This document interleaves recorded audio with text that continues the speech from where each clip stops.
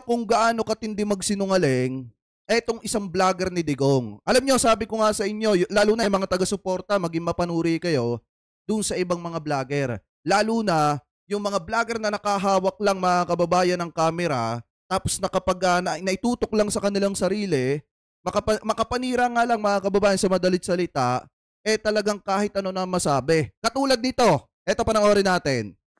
May I say something, sir? Yes, go ahead, ma'am. Sorry. I'm Attorney Diana Tolentino Puentes. We have here, sir, Engineer Lito Zapanta from the Kingdom of Jesus Christ. He is one of the persons who suffered a heart attack. Good afternoon po, Mr. Chair. Good afternoon. Opo, nung time po ng pag-attack nila, andun po ako sa hangar sa likod. Ngayon po, nakita ko, nasaksayan ko yung pagputol nila pagkat nila ng bakod. Kaya hinarangan ko po, kinausap nila Basko doon pagkaputol. Sabi ni Kuya Conrado, pangalanan mo na, Brother Jake. Kahit hindi na po natin pangalanan, alam kong kilala nyo na yon. Member yun ng Banatae, mga kababayan. Ano po, ito panoorin pa natin. Nung bakod, dahil manipis lang, kinausap ko po yung nagsasalita sa megaphone. Sabi ko, meron po kaming pintuan sa harap, bakit di po kayo doon pumasok?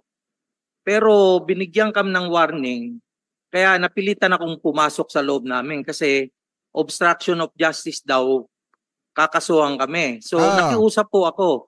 Pero nung na sila, barricade, nag-shield, prepare pagpasok, nung hinarangan namin, 4 lang po kami, nakiusap kami, biniran nila ako palabas. Doon, medyo mataas po ang BP ko noon. So kinaladkad nila ako palabas, tinapakan sa likod, sa ulo, tapos pinusasan. Gusto nga pong pusasan pati pa ako, kinaladkad nila ako doon, palabas, pinilayo ako. Hanggang sa tingin po siguro ng pulis na medyo hirap na ako sa kalagayan ko, may dumating pong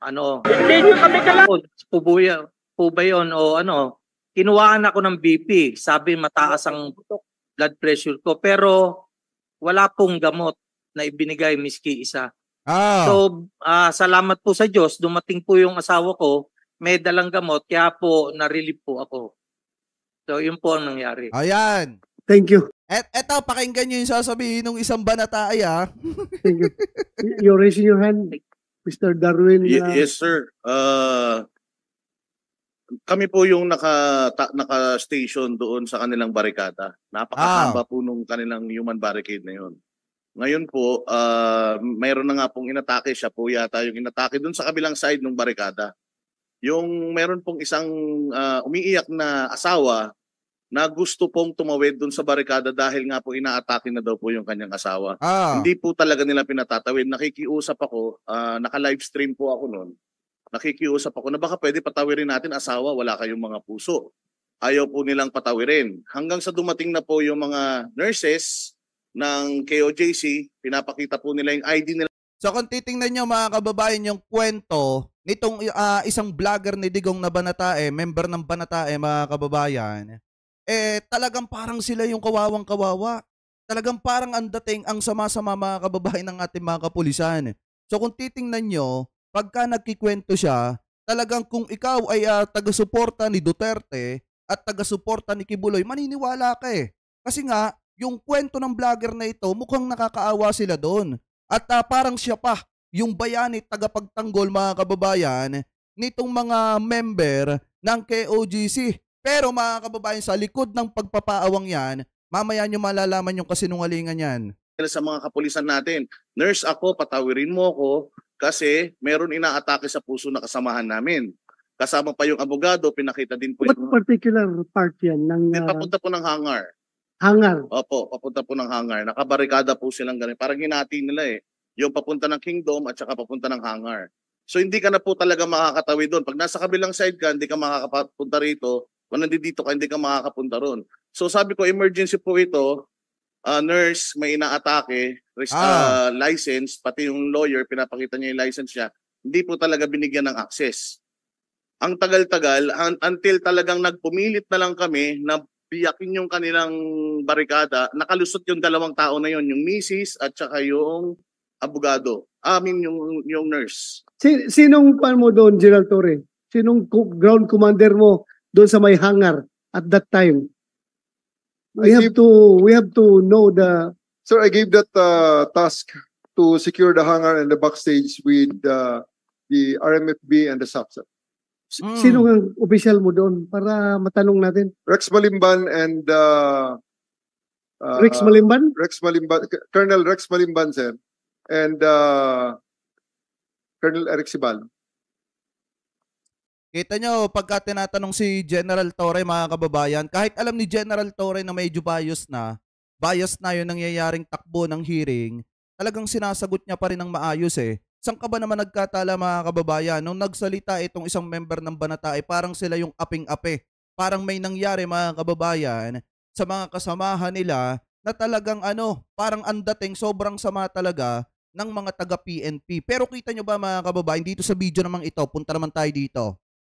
Makikita nyo dito sa presentasyon ni General Torre, mga kababayan, kung anong pag-uugali meron yung vlogger na yan. Ano pa, parang ang dating kanina, awang-awa, di ba? Nakakaawa, mga kababayan, na naka-livestream pa nga daw siya at humihingi sa mga kababayan ng parang nakikiusap sa mga kapulisan na papasukin daw, dun daw po sa, ewan ko kung ano yung tinutukoy niya, hangar, mga kababayan.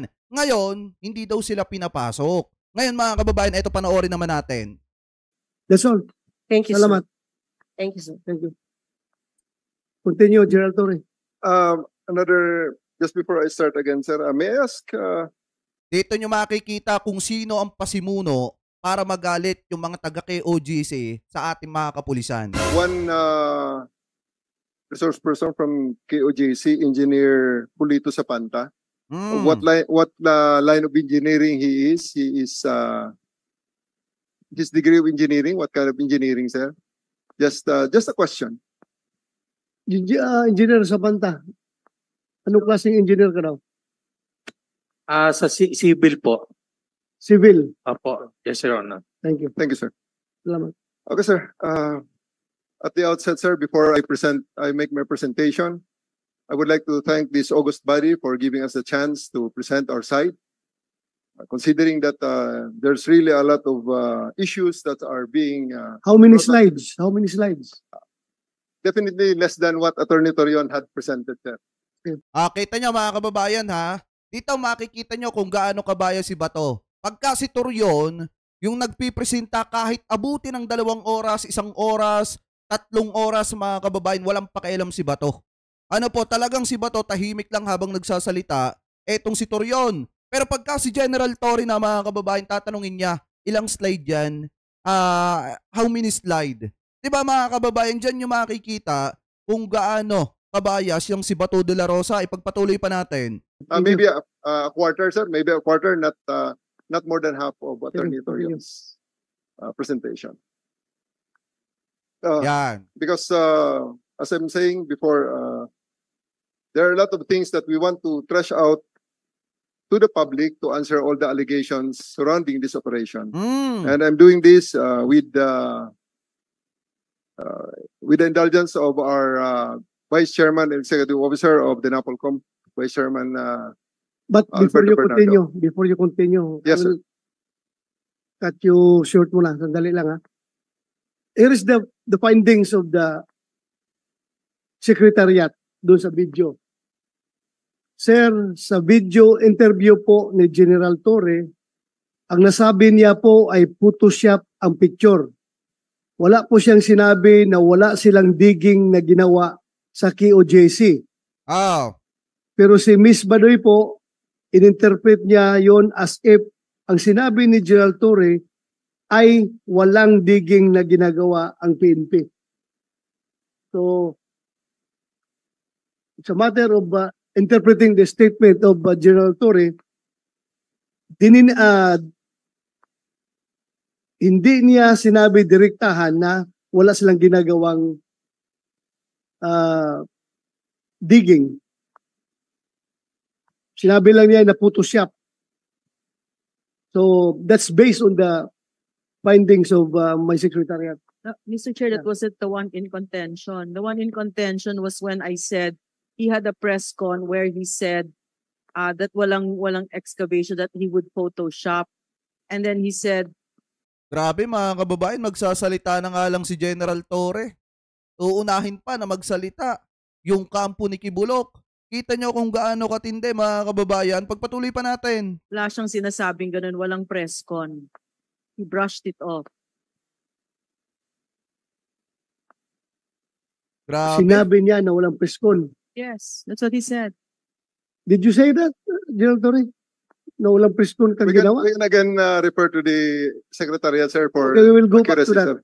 Please Yes, sir. continue. Balikan lang natin mamaya. Ha? But before that, Your Honor, just a very important point. I have just been informed, Your Honor, for clarification to General Torre. He allegedly declared to the media that after the Senate hearing, he will resume the digging.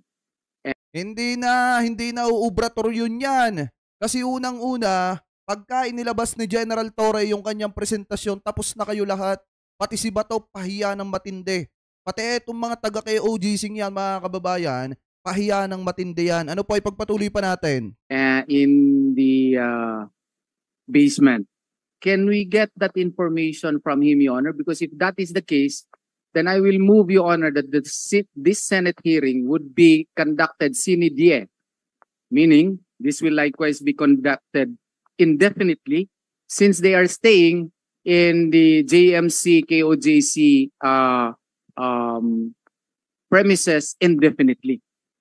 Because if he is intending to conduct another digging, despite the fact that he has not even established the reasonableness and its connection with the service of a warrant of arrest, then he is perpetuating an injustice because an arrest warrant can never justify the digging. This is the first time ever in my lawyering, Your Honor, where an arrest warrant is used to convert another property into their boarding house, a police garrison, and preventing the persons there from praying in their own cathedral and from moving around freely, and worse, destroying.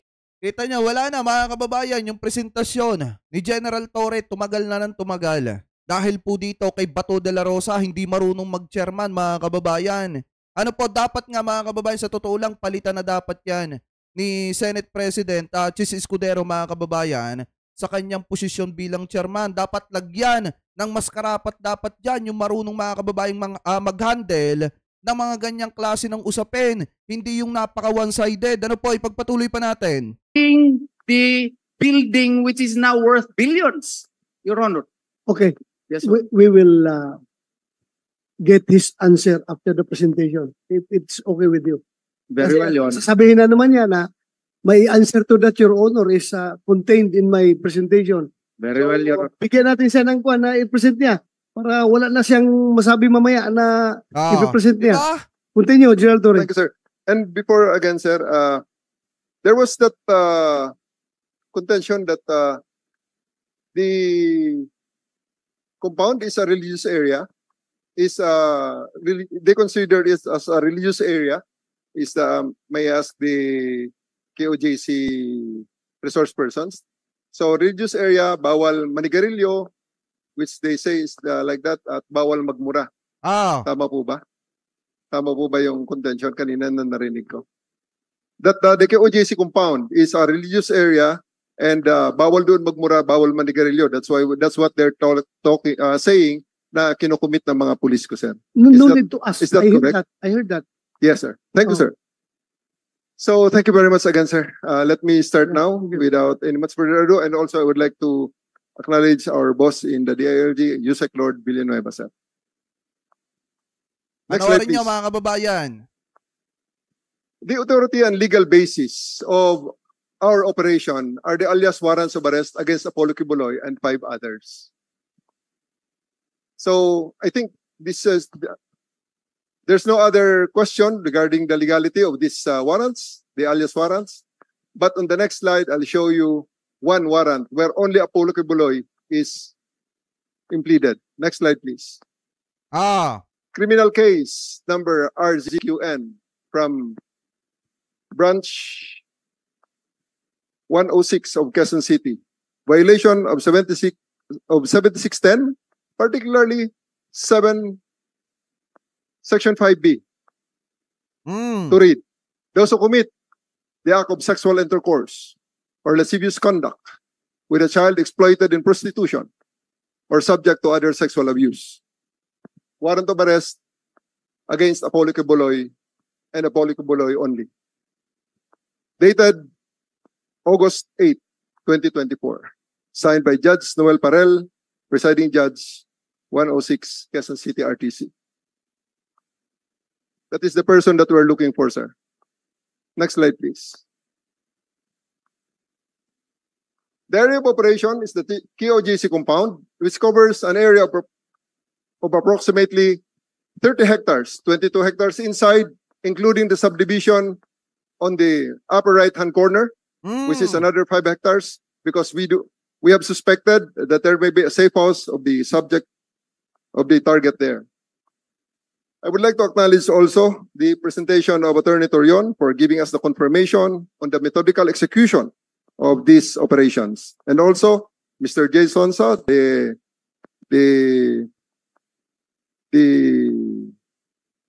resource person from another resource person from the KOJC, who simply said that they are live even before we arrive. Tama. Next slide, please. So the mission is very simple: arrest fugitives Apollo Kibuloy and 4 others, because one of them is already in custody, now imprisoned in Pasig Regional Trial Court. Kita nyo ha, pagbasdan niya mga kababayan yung kanilang misyon. Napakasimple lang.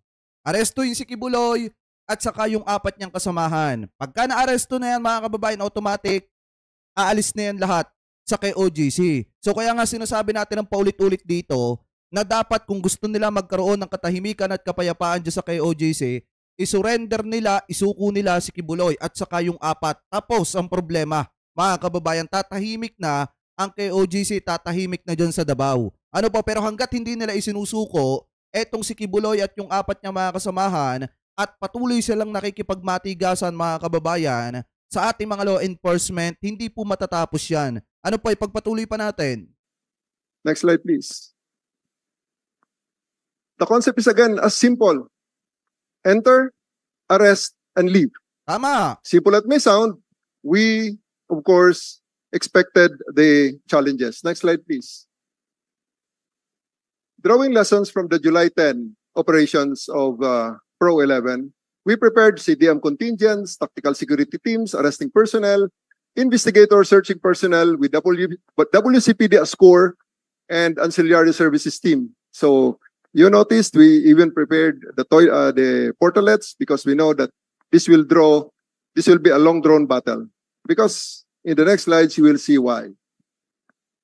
And I'm very, very thankful with this opportunity to show this, because the Senate will, we do hope that the Senate will see what interventions can be done to help the police or help bring the fugitives to justice. Next slide, please.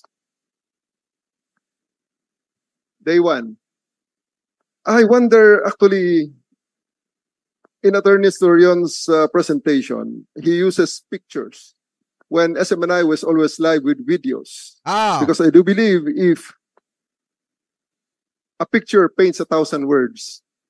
Eto mga kababayan, napakatindi ng ebidensyang ito ni General Torre. Alam niyo kung saan niya nakuha eto mga ebidensyang ipapakita niya? Sa mismong vlogger ni Digong. Kaya nga pahiya dito mga kababayan yung mga taga kay OGC. Pahiya din dito etong sina Bongo, sina Bato at saka yung sina Robin diyan sa hearing na yan. Kasi nagsagawa sila ng ganyang hearing eh. Tapos ang ginamit na ebidensya para laban dito sa KOGC sa mga akusasyon ng KOGC dito sa ating kapulisan ay galing din sa vlogger ng SMNI. Mga kababayan, at vlogger nitong si Digong at ni Kibuloy. Ano po, so ito, pagpatuloy pa natin. A video will be 1,000,000 more in worth. So let's click and see the videos in the next slides. Maano pa nga yun eh, may interrupt pa nga yun mga kababayan eh. Masasabotage pa ata. Kita nyo kung gaano katagal mga kababayan ha. Magkakaroon pa ng problema yan. Siyempre, takot nila makita eh. Takot nila makita yung nilalaman. Talaga eh.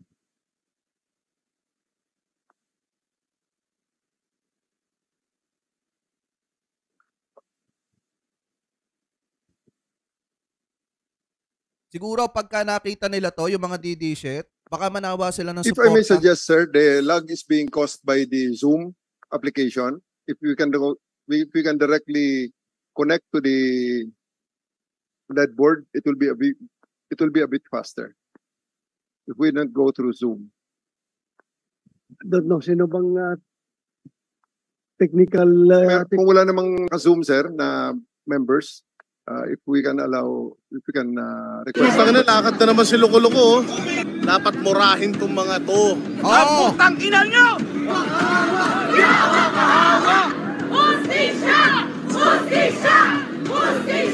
Ore, wag ka na mag-isip. Wala ka namang isip. Di ba kanina mga boses pa lang yan? Di ba kanina mga kababayan?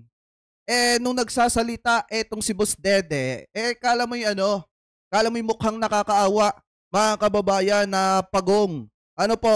Puro paawa yung pinagsasasabi. Na keso daw, may dalawa daw mag-asawa, mga kababayan, na talagang pilit daw pumapasok dun sa arka ata yun. Pakitama na lamang po ko kung ako po ay mali. Ngayon, hindi daw sila papasukin, na parang ang dating ginigipit sila ng ating mga kapulisan. Ngayon, eto boses pa lang, kita nyo, hindi nakaaya-aya yung mga pinagsasasabi.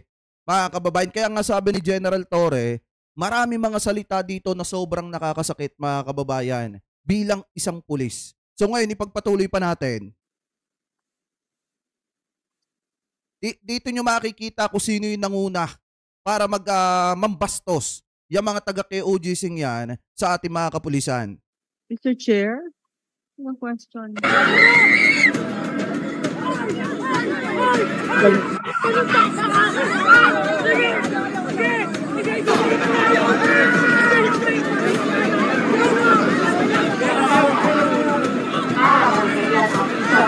Oy, mga pukin ang ina nyo. Kamusta naman? Boses yun ng vlogger ni Digong ha. Tandaan nyo mga kababayan.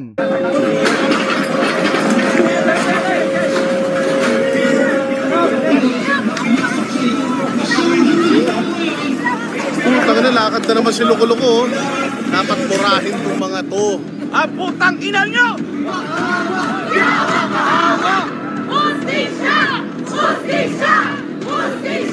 Ore, wag ka na mag-isip. Wala ka namang isip. Ayan mga kababayan. Yan ba yung mukhang nakakaawa?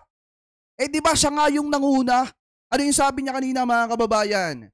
Doon sa mga kasamahan niya na member ng KOGC. Ano yung sabi nitong vlogger na kalbong to? Dapat yung mga yan, minumura yung mga yan Ngayon, pinagmumura mga kababayan ng mga member ng KOGC.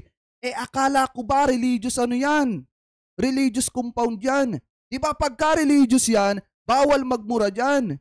Di ba pagka sinabing bahay-sambahan yan, bahay dasalan yan, bawal magmura dyan. Kita nyo ba mga kababayan kung babalikan natin yung issue? Eto, pasok lang natin to Bakit inisprayhan mga kababayan ng alcohol yung isang member ng KOGC, yung babae?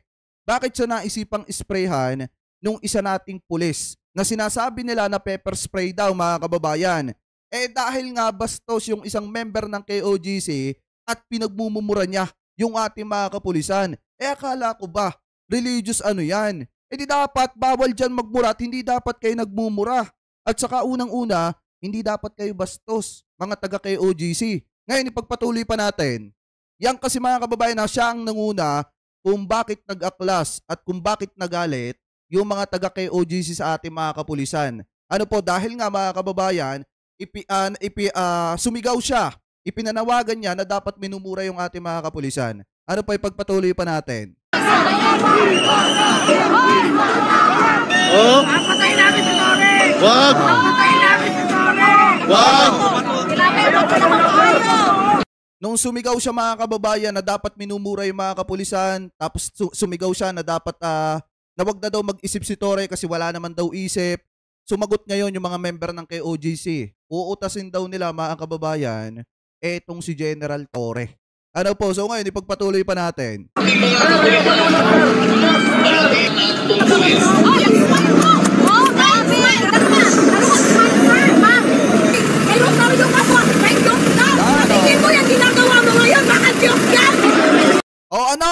Mga member ng KOJC dyan, akala ko ba religious ano kayo? Akala ko ba mga banal kayo? Kita nyo yung inaasal ng mga kasamahan nyo? Kita nyo kung gaano kabastos? Yan ba mga kababayan ang ginigipit ng ating mga kapulisan? Mismong yung ating mga kapulisan talagang tinitiis na lang. Kasi nga may trabaho sila na kailangan nilang matapos dyan sa KOJC. Ang arestuhin, yang kanilang pastor na pugante na walang bayag para humarap sa kanyang mga kaso, mga kababayan.